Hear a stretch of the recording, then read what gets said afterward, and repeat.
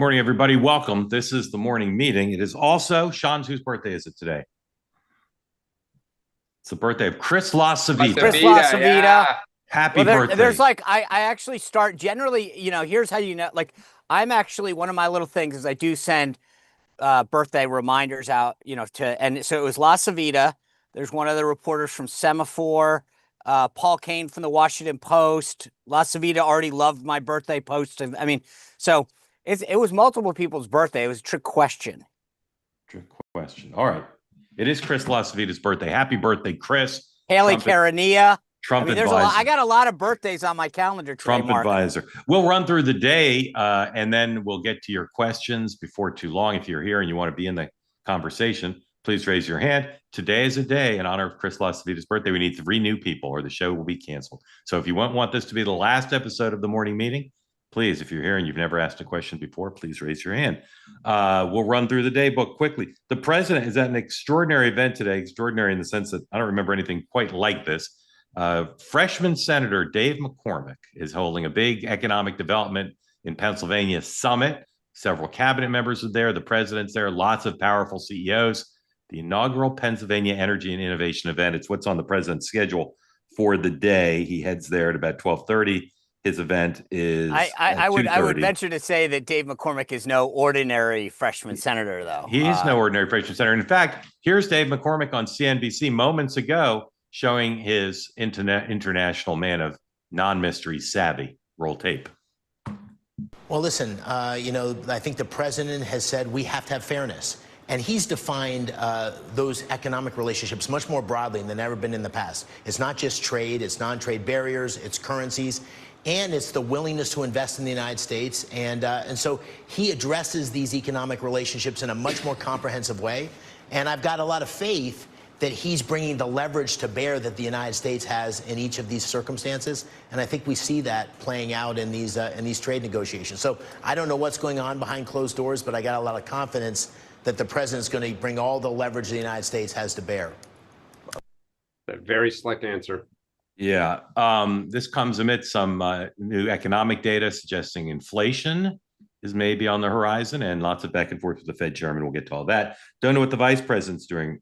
Sean's friend, the director of the OMB, Mr. Russ Vaught, is on Capitol Hill today meeting with Republican senators to talk about the rescission package. We will talk about that too. Lots going on the Hill today. 10 a.m., the Speaker of the House has a press conference. 10 o'clock, Mike Waltz's confirmation hearings to be UN Ambassador to the United Nations. Democratic leaders press conference 10:45. Hakeem Jeffries press conference with the Texas delegation and the DCCC chair at 11:15. Senate lunches today, bipartisan lunches. And John Thune may or may not try to hold his first rescission vote later today. We shall see. There's a special election in Arizona that will tell those of you who have the ability to read deep meaning into things where there may not be any for replace a Democratic member of Congress in a safe Democratic seat. All right. Russia. The president yesterday made that big announcement. We discuss this topic all the time. What happens next? Overnight, the BBC Foreigners published an interview with the president of the United States where the president talked, amongst other things, about Ukraine. Here is Donald Trump to the BBC on Vladimir Putin, 110. Said you were 4 times close to a deal with Putin. Yeah, I thought I had a deal 4 times. Are you done with him? I mean, I know that sounds a simplistic thing. But I'm disappointed in him. But I'm not done with him. But I'm disappointed in him. So we had a deal done 4 times, and then you go home and you see he just attacked a nursing home or something in Kiev. I said, what the hell was that all about? Do you trust him? I trust almost nobody, to be honest with you. So how do you deal with someone you can't trust? Well, it's not a question of that. It's like I'm disappointed that this hasn't been done. Okay, Dan, where do we go now on this? We talk about it nearly every day, but David Ignatius applauded Donald Trump. Maggie Haberman and David Sanger were more skeptical. Where do you think we're headed? I think the question is what is the end game, in the sense that is Trump really willing to dig in to say to Putin, look, you can keep the territory that you've taken so far, which is about 20% of Ukraine, but you're not going to get any more. And I will, stand firmly with the Ukrainians and arm them, whether we're selling the arms directly or indirectly. You're not taking any more. If that's the case, then we know what the end game looks like. And I think maybe within the next year, this ends. As long as no one wants to define what the end game looks like, I think we're settling back into a trench warfare. Sean? Yeah, first, I don't think it can be overstated, as was the case in Iran, how important what happened yesterday was. Donald Trump figured out a way to thread the needle once again. U.S. manufacturers and defense contractors are supplying the weaponry, but NATO is paying for it. That's a great news for the American taxpayer. It makes Europe stronger. It puts them more in control of their own national defense, plural.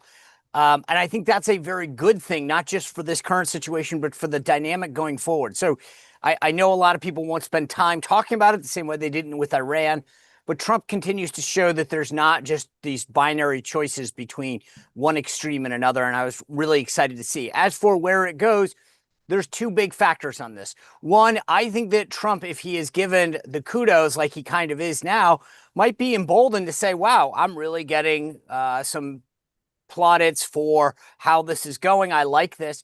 If Putin was smart strategically, he would recognize this moment and say, okay, Mr. Trump, I'm going to get on the phone with you again and let me figure. I mean, look, this is where Putin, as I've said multiple times, has overplayed his hand. I think it'll be interesting to see what Putin does in reaction to this, because if he continues to bomb and do things, he's going to push Trump into a corner where he's forced, both economically and militarily, to do what's necessary to go against Russia and to help Ukraine. So to me, the actual person to watch in this whole thing is Putin. Let me ask this question. A lot of the things in terms of like giving them offensive missiles that can hit Moscow, and maybe they'll use them.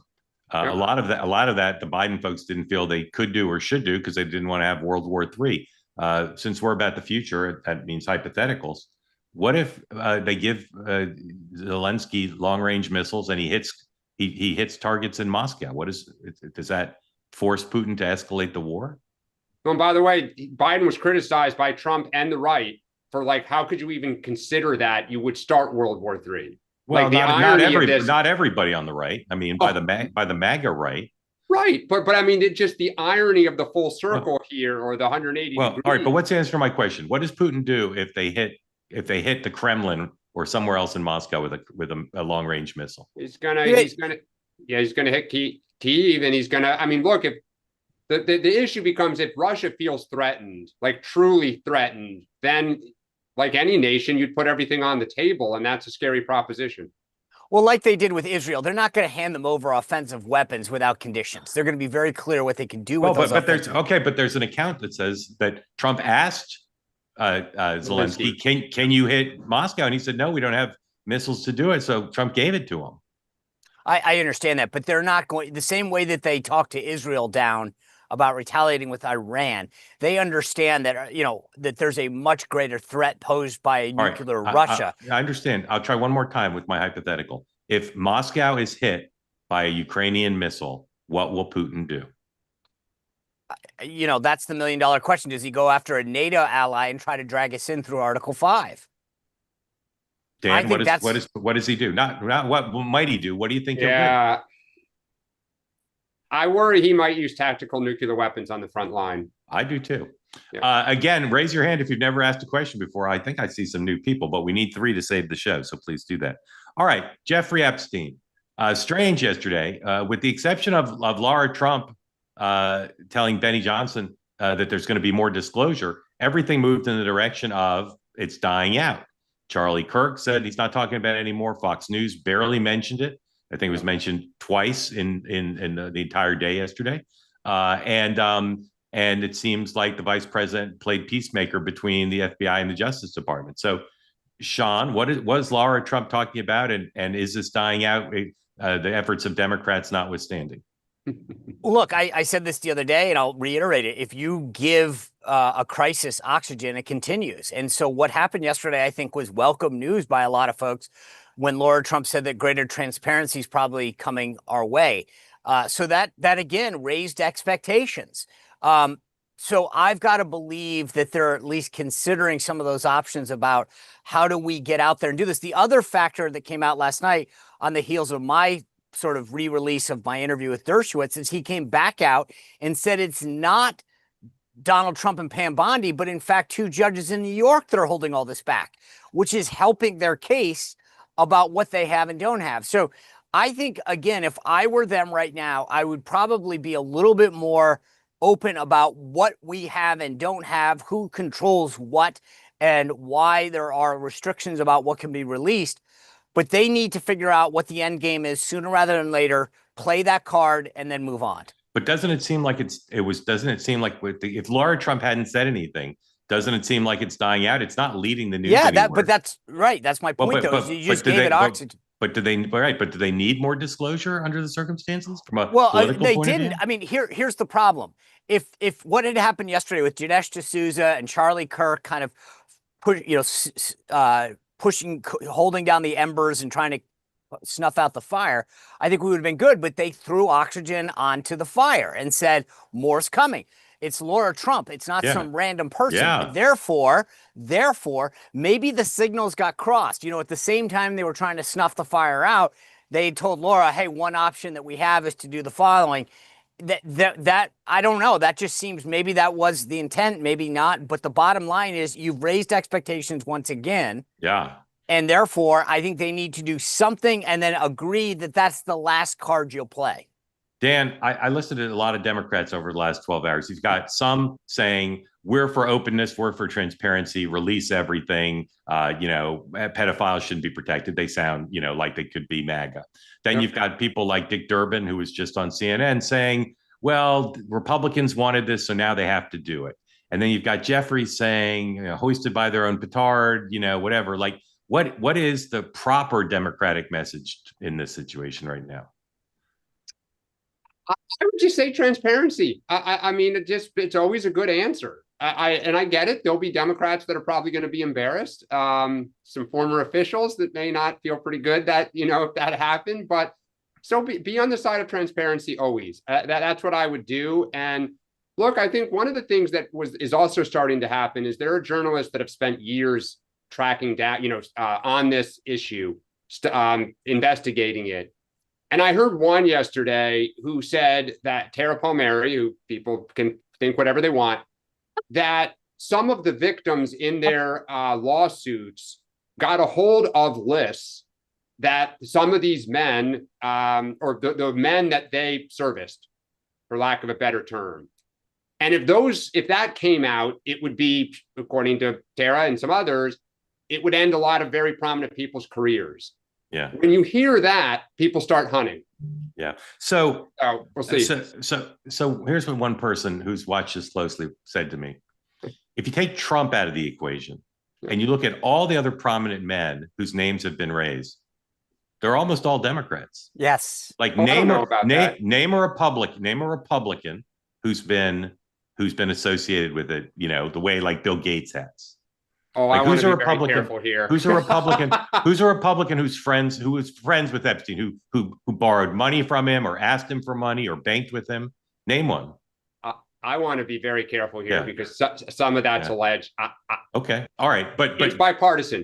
It's bipartisan. Well, I don't know. I looked at the list of names of people publicly already associated. Publicly, I think that's the key. Yeah, publicly, and again, remember, like some people hit him up for money. Yeah. Right. Doesn't mean there was anything sexual, but his relationships the ones we know tended to be substantially more Democratic than Republicans. So what this person said is these Democrats who are now calling for a release of the lists maybe creating problems for a lot of Democrats and far fewer Republicans. Mark, I totally agree with your analysis. I saw that yesterday. It's not mine. It's my sources. Okay, no, fine, but I agree. Like I will stipulate that the names that we're talking about are the ones that are in the public domain, at least largely, right? So, but that being said, I believe that Democrats are playing a risky game here, which is they don't believe that Republicans will ever do it or that the courts will ever allow it. Therefore, they're trying to play a little triangulation here, which is we get to say it, we know it'll never happen. Right. But I think this is like a lot of things. You better be careful because, to your point, if finally somebody flips and puts this out and goes, you called for it, Bill Gates is not going to be happy. Bill Clinton's not going to be happy. I'm sure there's a bunch of other bills. There. What? Dan, I won't read aloud. Text me the name or names you're thinking of. I'm just curious. Just text that to me. Don't tell anybody. All right. On the economy, a bunch of stuff's going on. As we said, there's data out from this morning. Go ahead and put up CNBC number 113 on inflation. Now, you, Dan and Sean, hold your horses. Let me get through all the economic news before you jump on this. Inflation picks up again in June, rising at 2.7 annual rate. Here's the way the Wall Street Journal framed the data. Inflation heated up to 2.7 in line with expectations. Pickup reflects potential sign companies are starting to pass tariff costs on to consumers. Of course, this has been the big concern. Also, the White House has continued to keep its pressure up on the Fed chairman to try to get him to resign. This is a tweet from James Blair, a deputy White House chief of staff. Now, in the Trump era, most people wouldn't bat an eye at this. In the olden days, when I started in the business, the notion that deputy White House chief of staff would tweet a photo of the Fed chair as Marie Antoinette would be unheard of. Of course, back in the days, we didn't have tweeting, but you get my point. And then, as we mentioned, the White House is pushing for this vote on this rescissions package, with some Republican senators still concerned about cuts to local public media as well as international aid. And this is coming to a head now with the president all in saying nobody better vote against him. And that obviously impacts the economy for a variety of reasons I don't need to explain. So, Dan, I asked the question I ask right now, which is, I ask all the time, which is, are the fundamentals of the economy strong or not? Yes, they are strong. And that's the problem with trying to cut interest rates. I mean, if you cut interest rates, you are adding fuel to the economy. You do that when the economy is struggling. The problem is the economy is not struggling, and you now see inflation. You know, it's small, but look, this is what you do if you're an economist. You look for trend lines. If Trump got his way and we cut interest rates, and not just cut them, but had the lowest in the world, as he keeps saying, you are juicing something that is already pretty good. The problem for Trump is the economy's good, it's not great. And what he wants is great. He wants the greatest ever. So I do too. Yeah, but Sean, you can't get, if you have something that's good and you start slashing interest rates and you see inflation, it's actually worse than 2.7, because when they take out volatile food and energy, it was 2.9. So the challenge is the Fed keeps saying we want to wait to see if inflation settles, which is a good answer. So I think on the one hand, it's good for Trump that it's in a pretty good place. First of all, look, it has settled. Number one. Number two, when you look at the other inflation indicator, what's it called, PEC or something, that's very low, much lower to 2%, which is where Powell has said that he wanted it. Where they want it. Yep. Trump's exactly right when he talks about, he holds up a chart. I mean, the Japanese, all of our other trading partners are much lower basis point wise. I mean, the bottom line is, because they're not as good as us. I get it, but why should have a better economy? Why should we have a worse system of lending than they do? I mean, to me, I get what Trump's doing. I think absolutely. Why would you want good when you can get great? Because what you always try to thread is a good economy without inflation taking off, which is why when and what's the core, by the way, the core of this, if you look at the report, is all housing. I mean, this is not consumer and durable goods for the most part. Well, I don't know. It is some. Yeah, I haven't had a chance to go through it. Point three was durable goods. The rest of it was housing. Well, again, look, nobody wants inflation to pick up. I believe that's bipartisan. And so you got to do everything you can. Look, we lost because it took off. So, I mean, you run the risk. Look, if you want it, own it. And if it surges, and we will. And if it surges, you know, you can talk to President. I Putin will say two other quick points. Those headlines across the board are highly misleading. It's almost like the media needs at some point to be right. The idea that inflation surging is just not factually true. It's not what happened. It's not what the report says, and it's not only in line with expectations, but many of them called for 3.0. So to see it at 2.9 and 2.7, or 2.9 on core and 2.7 otherwise, is again just not an accurate representation of what the report Sean, said. that's just not true. What part? What did I say that wasn't true? What did economists expected it to pick up from 2.4 to 2.9? It picked up from 2.4 to 2.9.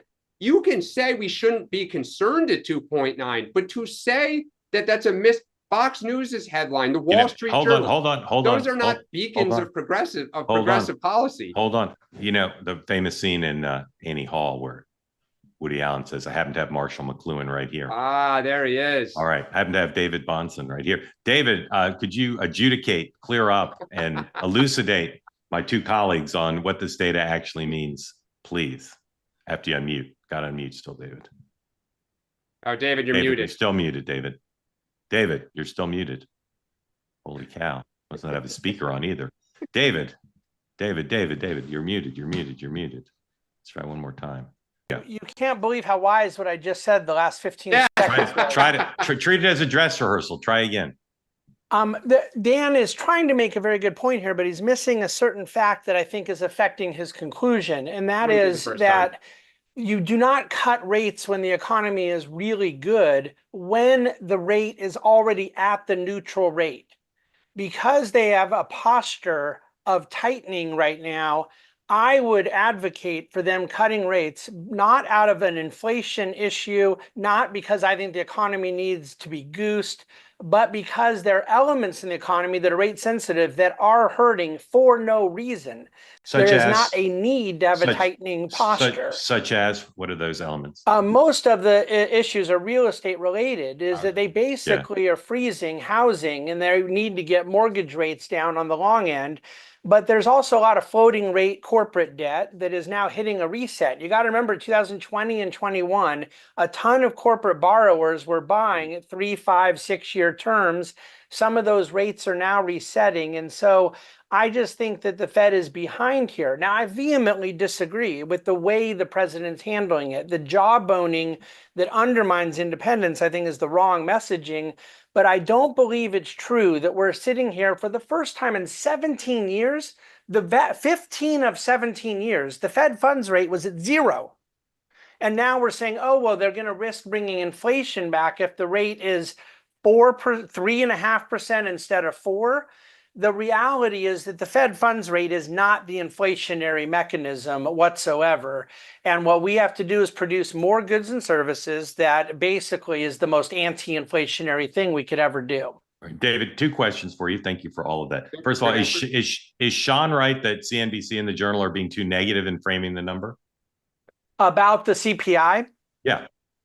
No, I don't know that it's an overly negative framing. I think that they're both talking about a different element of it. The headline core thing alone is a big distinction because more or less you're going to get a delta between headline and core every month when oil prices go up. Right. And when oil prices go down, it pushes it the other way. And what you get politically, and I saw the right do this all through Biden, whenever there was a better number, they used the core number. And when it was worse, they used headline.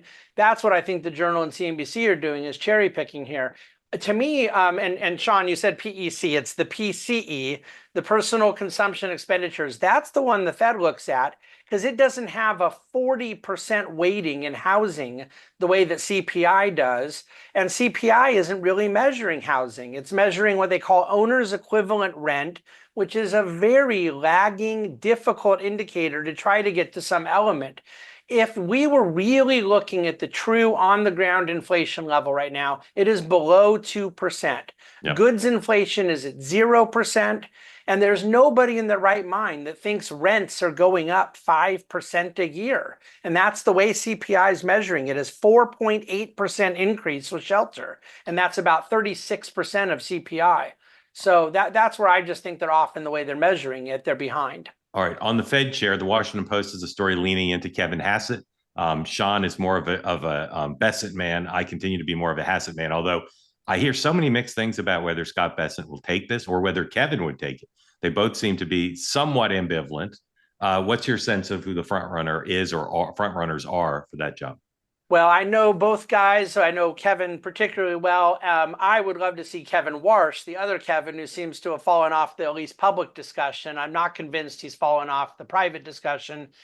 But I think our country needs Secretary Bessent at Treasury, period. I think we need him at Treasury more than we need him at Fed. And it's a more difficult job. And so I'd rather see Bessent stay at Treasury. All right. I'm not asking. And Hassett, I have a very hard time believing he wants the job from what I know of him, but indicators are that he does. All right. So that's what you think ought to be. What do you have any idea what is? Do you have any idea who's actually the front runner right now? No, I do not know what the president's really thinking, but I do know that anyone who says they know doesn't. Really? I don't know that that's true. Yeah. I'm confident. I'm confident in saying that both of what I believe the front runners are ambivalent, at least partially. They may not be 50-50 ambivalent, but I think both of them have mixed feelings about taking it. How's that? I will tell you, Mark, that markets would love to see Kevin Warsh for the reason that, first of all, he would be cutting rates. He will be sympathetic to a lot of the points President Trump's making here. And President Trump was right in 2018 when he believed that Powell was tightening too much. I may not believe in the executive branch interfering with the Fed the way he does, but he has had a good instinct on this, even if sometimes for the wrong reason. Ultimately, President Trump just always loves low rates. He's a levered real estate guy. That is what it is. But Kevin Warsh would at least indicate to markets that they're attempting to do this in a little bit less political of a way. Warsh is an old Morgan Stanley guy. I worked with him when I was at Morgan and a Fed governor himself, but I think he'd be a fantastic Fed chair. And I believe Warsh just met with, I believe he just met with Trump. That's the one thing he's got going against him. Whether it's FBI director or Fed chairman, I think Trump has learned a big lesson from the first term, that you do not want people in key positions that you believe are critical to your administration that are not on your team. So if Warsh has a shot, I believe that you will publicly see him meeting with the president privately. And there are some people like David that are big fans of his who recognize that in order to give him a shot at this job, he's got to be meeting with the president, talking to him, advocating for positions, as David articulated, because Trump's not going to take a shot at somebody that he doesn't feel confident is going to pursue an agenda that he's comfortable with. So, and by the way, that also couples with the fact that knowing his relationship with both Kevin Hassett and Scott Bessent, he's got to, those two would have to make it affirmative that they do not want that job. Correct. Because that's the only way that Warsh gets it, is if they pass and he's developed that relationship with them. Totally agree. And I will say 2 of the 4 of us have a better chance of being Fed chair, I believe, than Mr. Warsh does, just so you know. I won't say which 2 of the 4 of us, but 2 of the 4 of us. David, thank you. Grateful to you for all that. All right, 2 more topics and then your questions. So again, hold on real quick. So maybe Sean's a little right. Yeah. First of all, I will say this. I'm focused on my family and growing a business. Don't have time to be the Fed chair, although I would cut rates. As long as we get the new building, I'm in. Does it have a gym? I just want to make sure it's got a gym and a Dunkin' Donuts. Anyway, I will say we glossed over the rescissions real quick. I believe this is a critical moment. This could really get the MAGA base fired back up again. If you cannot vote to cut NPR and PBS and you have an R next to your name, this to me is the threat. Then you need to go.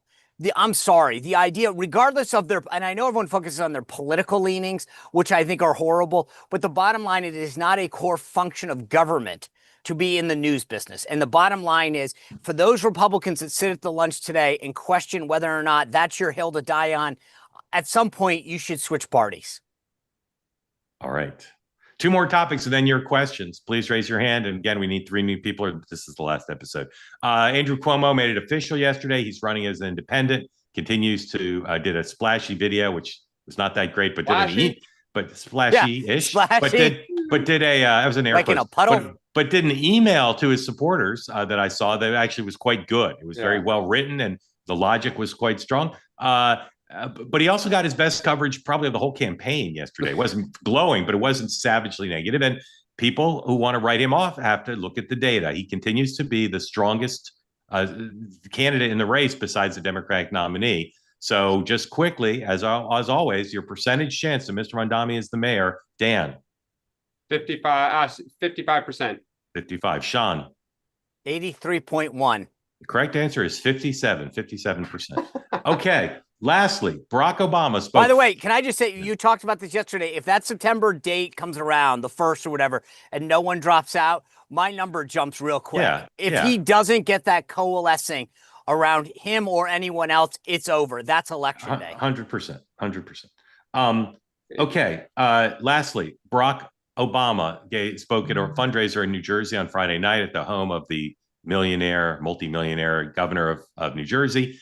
And he said the party needs to fight harder. And he said, the party needs to be for, he embraced the, what do you call that thing? The abundance. Is that what it's called? Abundance. Yeah. He embraced the abundance agenda. But what's interesting, maybe more interesting than what he said, was that his aides yesterday decided to do what they've sometimes done in the past, which is hand out on background his quotes, so the New York Times and others could write about them.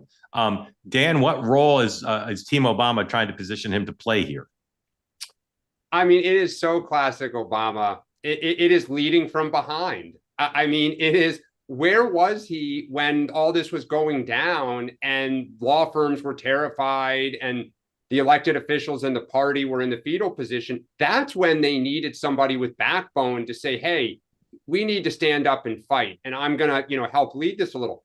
We all laughed at Hillary Clinton putting out the tweets and other things, and that she was not a good messenger for it. But I don't understand why they leaked it now. I don't understand, what he thinks he's going to accomplish.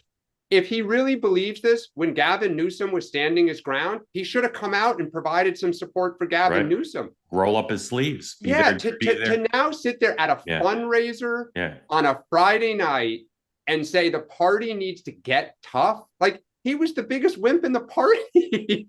By the way, just so we're clear about the party getting tough, there's a cringy video last night of Ken Martin, the DNC chair in Tennessee, saying, we're down here fighting for Tennessee because this is with a state rep from Pennsylvania. And I'm thinking to myself, Obama's talking about the party getting tough, and the party chairman is in Tennessee talking about flipping red states. It's like, dude, you actually have an election in New Jersey. But I mean, if you look at Obama's history, he was really detached from the midterms in 2010 at first. For the first year and a half, he thought it was like beneath him to get involved in it. Then by the time they realized what was going on, they were like, it's a little bit too late. He set up the whole, Organizing for America instead of helping the DNC. They did not share a lot of that with the DNC after they left. He was not very involved after he left office in 2016 with everything. And then in 22, when he did try to go see Joe Biden in 23 to express concern that his campaign was getting off to a slow start, they leaked that he basically said, what the F are you doing? But he didn't do anything after that. Right. He's as interested in building the Democratic Party as I am in Australian rules rugby, which is to say, I'm not totally uninterested in it. I'll check a clip on YouTube on occasion, but I'm not there on a sustained basis.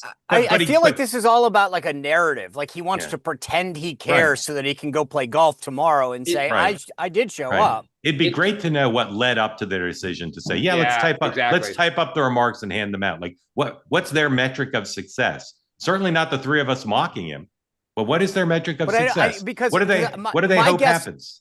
So here's what I believe probably did happen is that you've got, when you're at this level, Obama doesn't have the key political operatives around him anymore. That's just the case of any political former.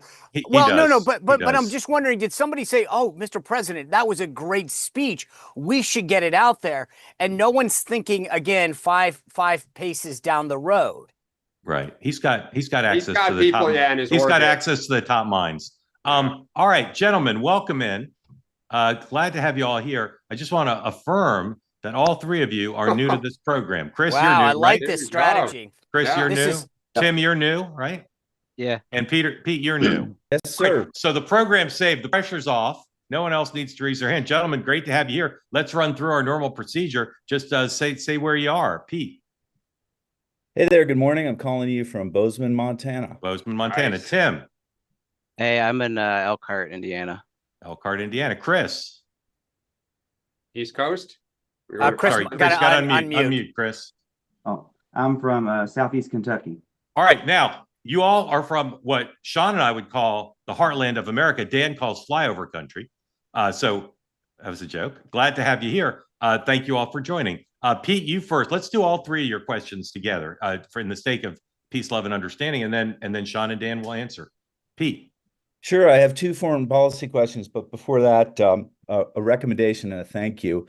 So I discovered the show late last summer, early fall, before the election, and just a lifeboat in the middle of a storm, and crawled in and have been here ever since. Thank As you. has my wife, and we recommend you all to all of our friends. So thank Amazing. you, Thank all you three. for that. Thank you. By the way, you guys have upped your sartorial game today. Very impressive.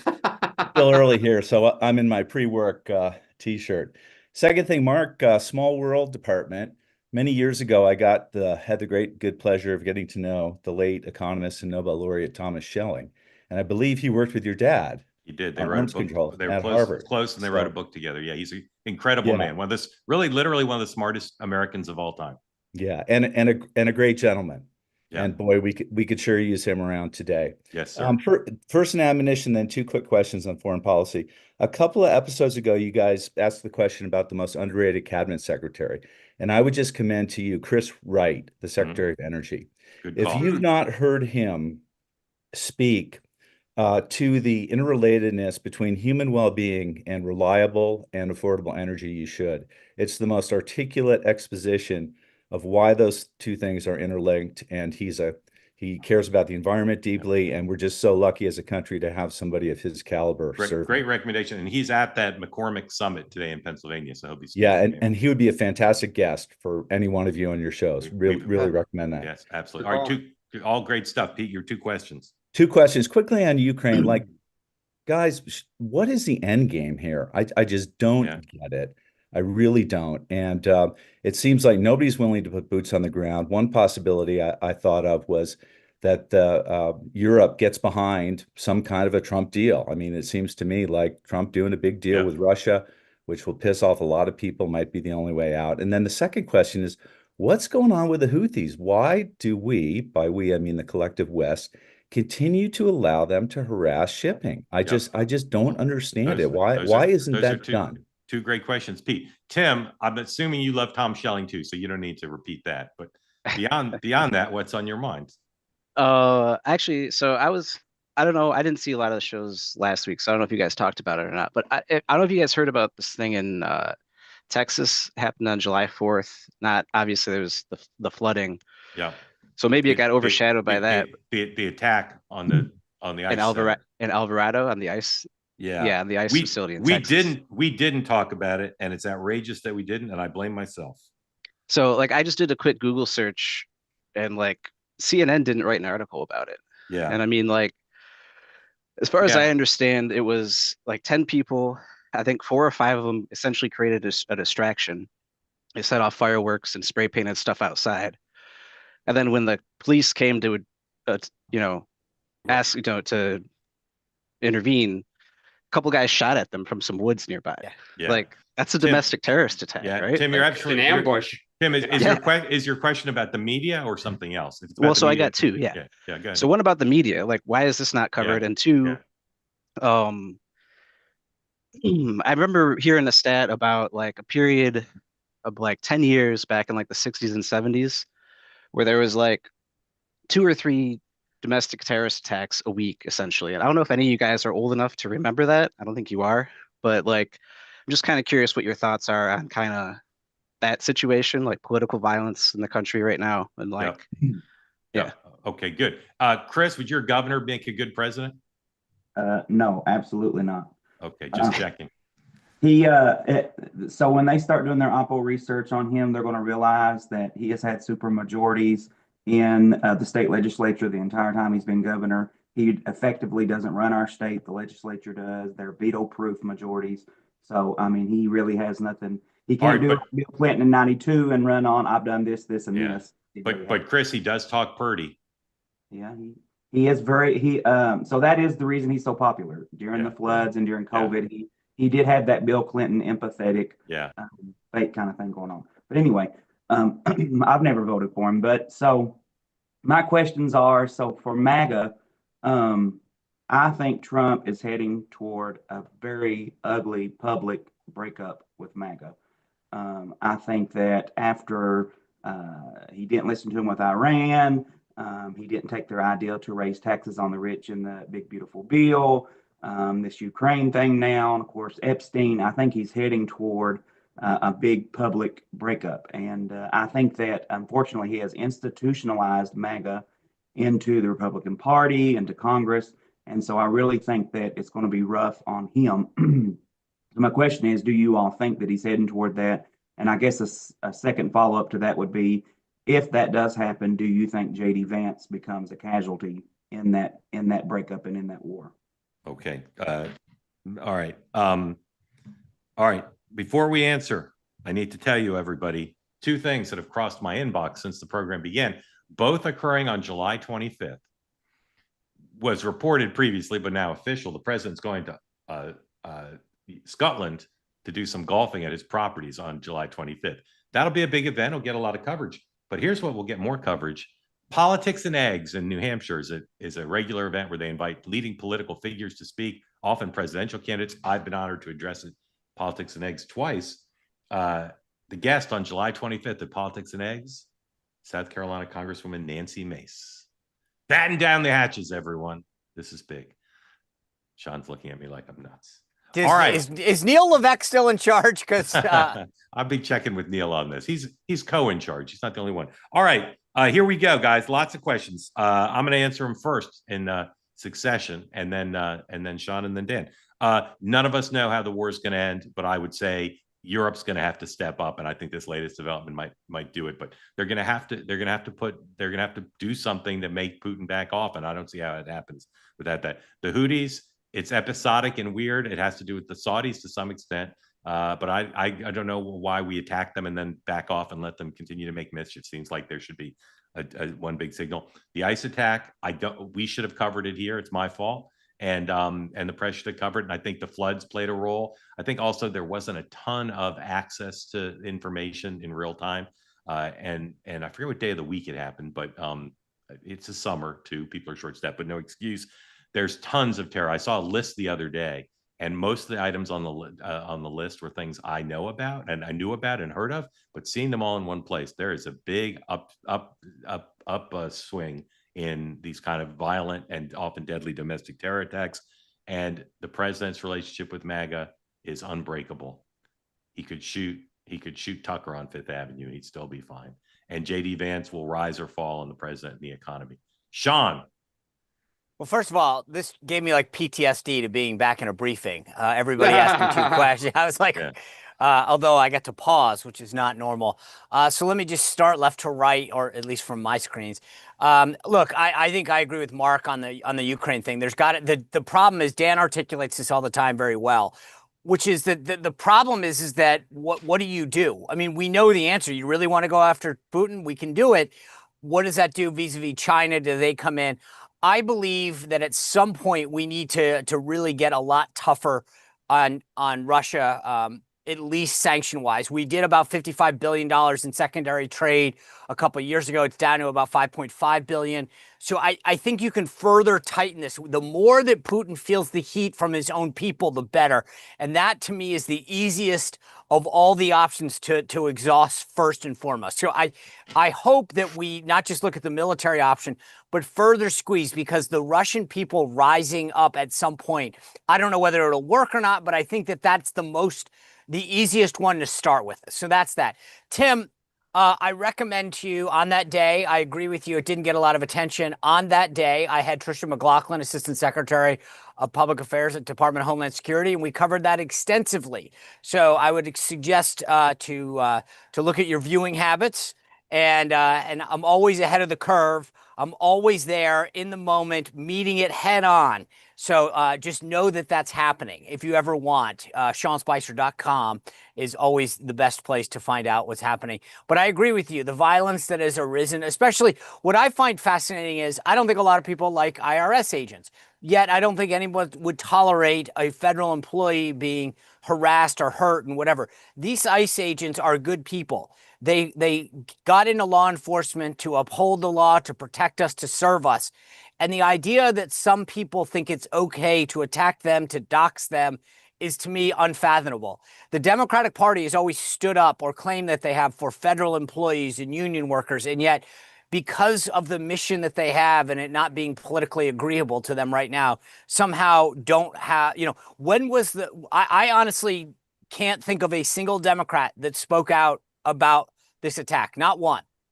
And it is amazing to me that to happen, but it also goes back to the other point you're making about the media. No one covered it. No one holds them accountable. It's the same thing that's happening with Mondami in New York. The reason that he can have all these things unearthed is because he knows he can get away with it. The media in this country, which has always been largely, far left, continues to be an appendage of the Democratic Party and allow them to get away with certain things. When I was at the RNC, if little Timmy did something at Thomas Jefferson Middle School and his dad was a Republican, I got a call and asking if the RNC would denounce it. I joked one point with my counterpart. We had a really good relationship at the DNC. And I said, do you get any of these calls? And he's like, I don't understand what you're talking about. It just doesn't happen. And I think that's the deal. Chris, I seem to agree. I side with Mark more on this. Unless immigration becomes the central issue in MAGA, and that there's anything that is perceived as being amnesty or amnesty light or a path to citizenship, I think the president's going to continue to rule over MAGA. And with respect to JD, I think if he continues to draft the way that he has, the MAGA, not entirely, and it'll depend on who runs, if anyone else runs in a primary and who that person is. I think largely he stands to inherit it, minus that immigration piece. Dan. Pete, I agree. The end game, I think it's ultimately a DMZ line with German and French troops and our logistics, like our weaponry that's sold to them, so that Putin knows he can't go any further. And you wait out to see when he dies and what comes next. And, we're there for however long. The Houthis, I just laughed because I thought we got rid of them, and the administration still has that talking point. It's a great question. The ICE attack, I've said this before, our party, everyone should condemn any attack on federal officials. We've, I think, appropriately gotten upset when the Trump administration, or before he came back in 2.0, when he talked about the FBI being horrible and that the FBI was totally corrupt. Judges are terrible. Like, all these judges are awful people, right? And we saw an increase in threats to judges. So I don't like it when Trump and the right does it. And I don't like that the left is silent about attacks on ICE. And even worse, you have Democratic elected officials saying, we need to kind of cause trouble. We need to get in their face. We need to risk being arrested. I think one person said risk being shot at, which is just crazy stuff. So I hope everyone calms the temperature down. Chris, I disagree with Mark and Sean, and of course I'm the MAGA expert, but I do think that it's not that they'll have a public breakup where he'll go from like 95% to 45%. I think what you could see is little slivers of 2 and 3% here and there that start to chip away, because you have to govern and you can't be absolutist in a lot of this. Just like we're talking about on immigration, there's a thing today, there's a poll out by, I think it was Fazio, I forget who it was, about this Obama tax extension coming up for healthcare that allows people tax credits to buy healthcare. It is a lot of working class people that buy those tax credits. The poll showed, this is Trump's pollster, that if Republicans were to extend it, they would go from being down in the generic congressional race from 5 points to, I think it was up 7, something 6, like yeah. that, 6. If they don't pass it, they go from down 5 to down, I think it was 18. 15. 15. Oh, okay. But if you disappoint a little here and there, he won by a little in 16. He lost by a little in 20. He won by a little in 24. You lose 5%, you got a problem. Gentlemen, couldn't be more grateful to you, not only for coming on and saving the show, but for being part of Two Way and for asking us such thoughtful and well-informed questions. So thanks to all three of you. Very grateful to you. All right, if 3 saves the show, here's an existential question: what does 4 do? Does 4 get a free Whopper? Are we going I think over we get today? to count it in the future. Are we not doing 10 o'clock? I like it. Free Whopper. Ben Bruni. Just one, Ben. Just one. It says Ben there. I thought you were like, I don't know what, yo-yo. Ben, welcome in. Thank you for joining. Tell folks who don't know where you are, what's on your mind for Sean and Dan. I'm in Sandusky, Ohio. I'd say I call myself Day One MAGA since like 2015. I think about like all this, like the Epstein stuff, and like why Trump would be, actively participating in this cover-up. What do you think? I mean, do you really think the chances are that there's information on him in there that didn't get out during the last 4 years under Biden? Or like, I mean, I'm looking for a reason that he would be willing to cover this up. You're not going to get it from me. Yeah. So go ahead. No, I will say this. I think one, even if you took the most hypothetical situation and said he's on the list, this guy has faced every political headwind in the last 10 years and overcome it. So I don't even think he would just blow right through it if that was true. And that bolsters the case.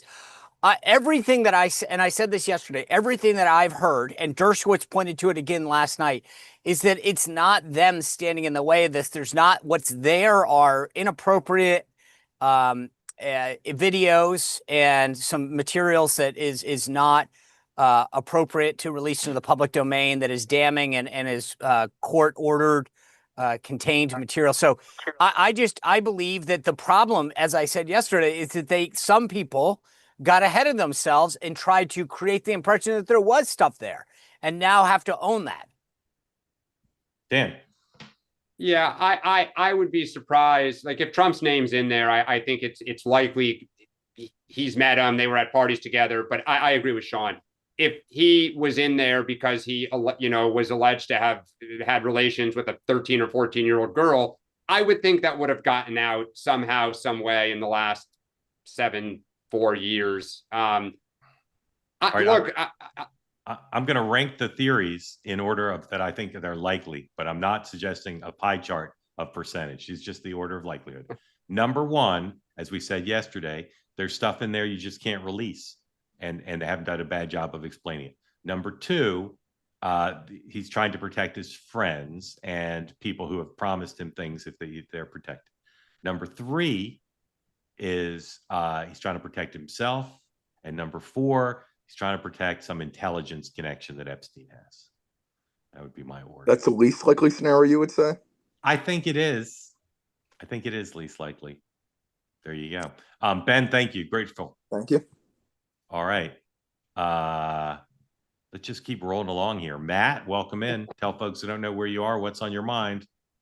And do you play the guitar? Guitar Cadillacs.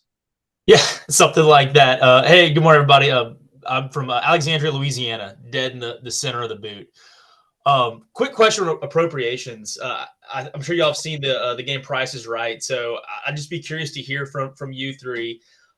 When are we going to get the government fully funded through a non-CR? And I'd be curious to know when y'all think it happens without going over. Matt, how old are you? How old are you, Matt? I'm 31. All right, you got a shot. Got a shot to be alive when this happens. Sean? Yeah, I'm not hopeful. Although there's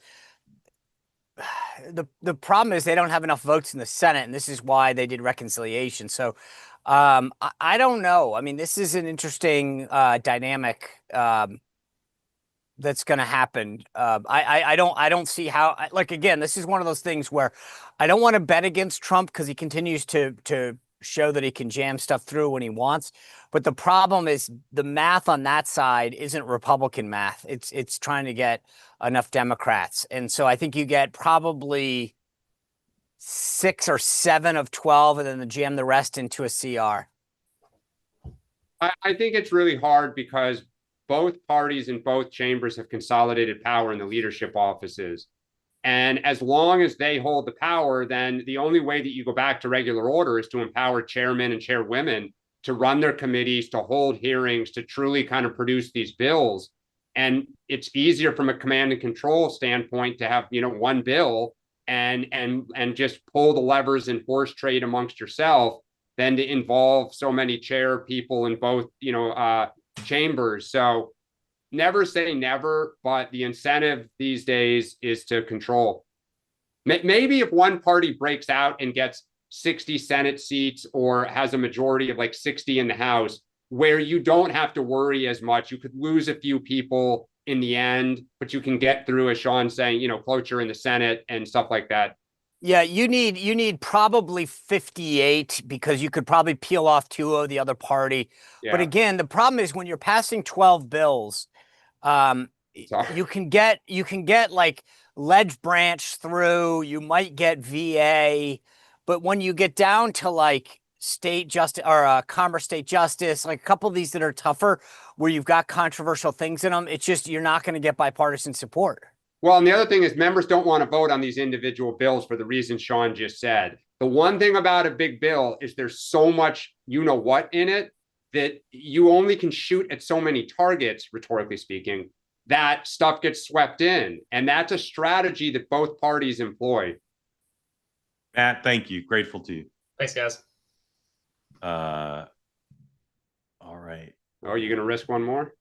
Thinking about it, but I'm also having trouble here with my point and click skills. All right, getting rid of Matt. And now, let's see. I'm not going to risk one more. Okay. Sean, what do you have today? Wow. I thought we were on a roll. I felt you going for it. Just like at the casino, you'll never know when to stop. You just play on.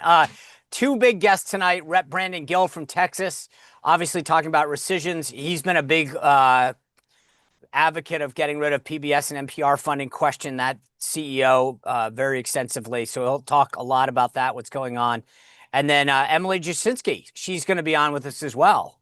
Awesome. Emily is my colleague at the Megyn Kelly Network, and she's outstanding. What are you going to talk to Emily about? Everything. MAGA. She had a great conversation with Tucker the other day, so we'll have a conversation about where things stand in the MAGA universe. Obviously, a lot happening that we just talked about, and kind of get her take on what the pulse looks like. All right. 3 two-ways coming tonight at 6 o'clock. Two-way tonight. All right. Sorry, I forgot. 12:30.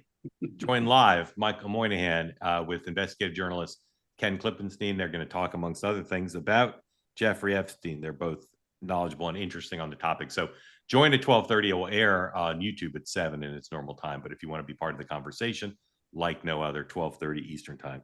Then at 6 tonight, on two-way tonight, 3 guests. Nomi Konst, a Democrat who's very good.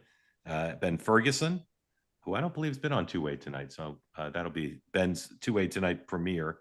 And then Jordan Argenti, who will hear her story and be fascinated. She recently gave a TED Talk. That was quite something. So join us for that. And then 7:30 tonight, Cancer Decoded.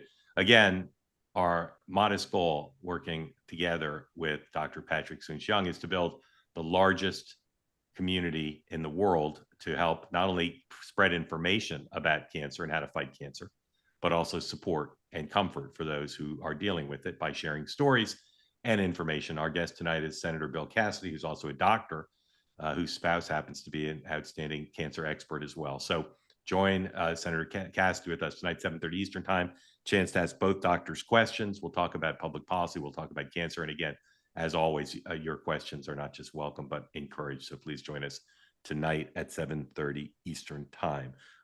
Sean, what's the metric of success for the president today in Pennsylvania? Interesting question. I think positive coverage about AI and what, how much we're investing in leading the way. So what is the U.S.? How can we position ourselves and our companies here to be leading the way on this effort? So I think this is actually, to me, a really broad message beyond Pennsylvania, beyond America, to the world. here's what America's going to do. Yep. Dan, have you already run today? I did. Yeah, did 7 miles this morning. So yeah. Was it humid out there? It's unbelievably humid. That's why we have Gatorade right here. I got to crank the AC. I am taping in shortly today's episode of Next Up. And my reported monologue will be on one of Sean's favorite topics, which is the media's continued failure to hold itself account for scrutinizing Joe Biden's loss of mental acuity. I'll tell you why on the program, why that's back in the news. And my guest is one of my professional heroes, Alexander Britton Hume. Britt Hume of Fox News will be joining me to talk about the media and history and Donald Trump and everything else. And I used to sit in the ABC News White House booth next to Britt, and I learned a ton from him, and I couldn't be more excited to talk to him today. So that'll drop later today on Spotify and Apple and YouTube. Look for that. And I'll see you tonight at 6. Gentlemen, have a good day. See you in 23 hours.